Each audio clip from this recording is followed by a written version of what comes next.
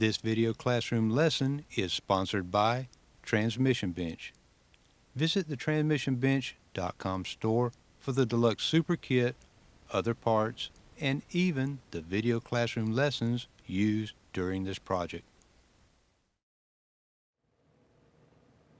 Hello again. This is Project 4L60E, Part 1, Lesson 2. Let me introduce the star of our project, and it's not me. Our celebrity for the rest of the project is a somewhat stained but pretty clean 4L60E. It has even more of an identity, and you'll find it right here. This tag provides a lot of information. The first character, 4, denotes production year 2004. The next two, C and K, indicate it was paired to a 5.3 liter engine. D means 4L60E. There is more info on the tag, and if you want to learn more about identification, watch my video entitled 4L60E Design Changes and Tags. The 4L60E has evolved since its introduction in 1992. And even though I use only this 2004 version for demonstration, I will discuss earlier and later variations. Our star is special on the inside too. It was taken apart, cleaned, and reassembled dry, but with deliberate flaws. This way we can discover together the typical problems you can expect to find, but without the messy transmission fluid. Our goals for this lesson are to remove the cooling lines, neutral safety switch, bell housing, vehicle speed sensor, extension housing, and vent hose. So let's get started. You'll need these tools: a small screwdriver, 8mm 1/4" socket, 13 and 15mm sockets, a Torx Plus bit, 3/8 to 1/2" adapter, a few extensions, ratchets, a 15mm wrench, flat file, gloves, safety glasses, and a small box. I know this is technically a transmission removal topic, but disconnecting the cooling lines can be frustrating, especially in a dimly lit, cramped space under the vehicle. So let me share with you a few tips, and you need to put your glasses on. This is a short section of cooling line I'll use to demonstrate. Start by pulling the plastic retainer away from the case fitting like this. Take a small screwdriver and lift up the edge of the wire clip while holding your fingers over it to keep it from flying out. Work it all the way out by lifting up in the center. Now you can easily pull the line out.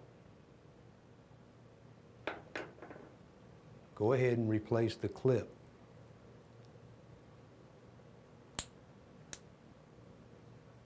Reinstalling the line is simple. Just push it in and replace the retainer.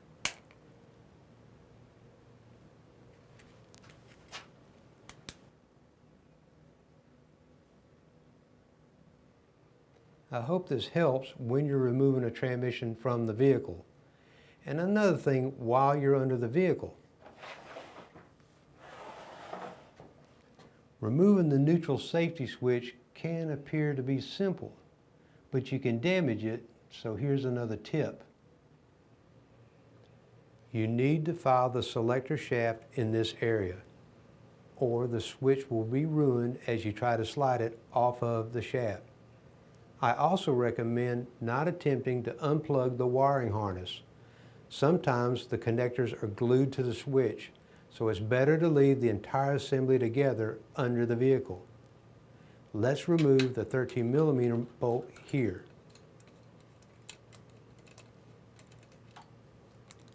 And here.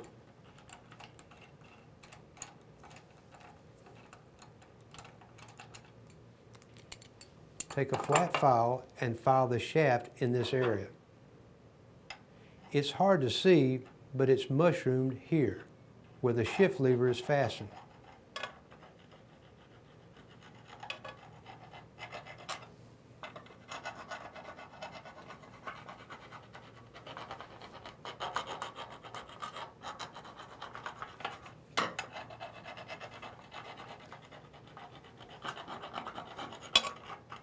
Now you can slide the switch off the shaft.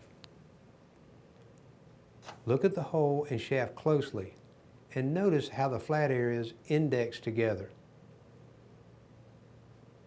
If you don't file the raised area down, it flares this hole and destroys the switch.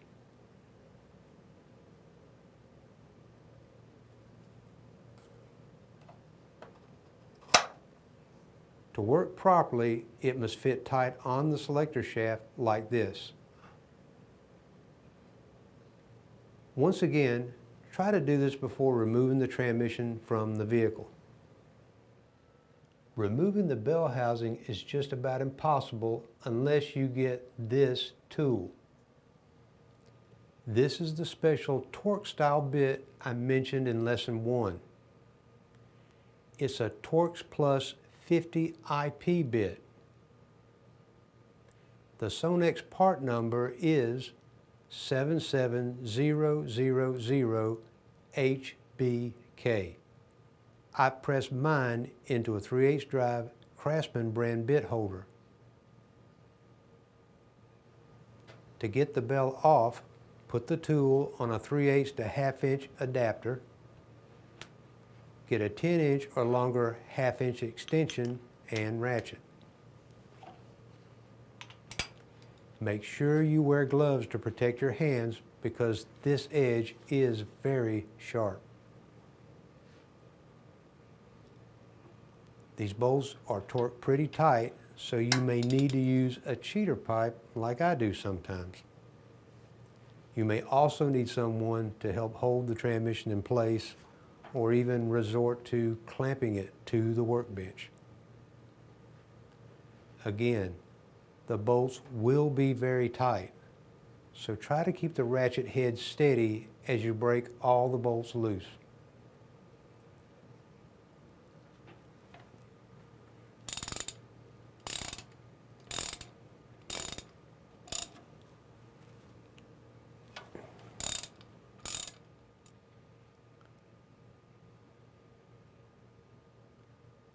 Finish removing all 8 bolts and put them in the box.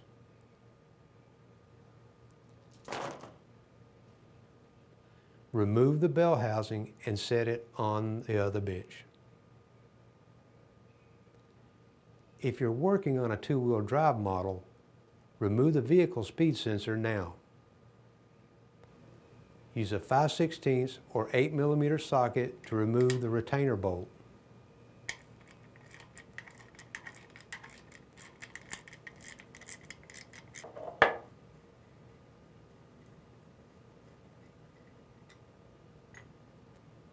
Twist and pull out the sensor. Put both of them in the box. As a side note, the 4-wheel drive does not have a speed sensor on the transmission. It's located on the transfer case. Use a 15mm socket or wrench to remove the 6 bolts attaching the extension housing. If you're working on a 1993 through 1995 and some 1996s, there are only 4 bolts.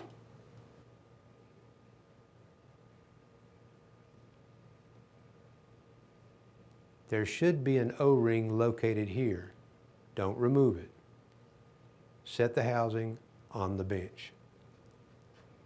If you're working on a 4-wheel drive model, remove the adapter housing the same way and place it on the bench. Your last step in this lesson is to remove the vent hose. If you have a clamp here, use pliers to slide it back down the hose. Pull the hose off and put it in the box. This hose is actually an important safety device to help prevent fires. It keeps fluid from spraying onto the exhaust system where it could ignite. Make sure to put it back on later. That's it for now. In Lesson 3, we'll turn the transmission over and work in the valve body area.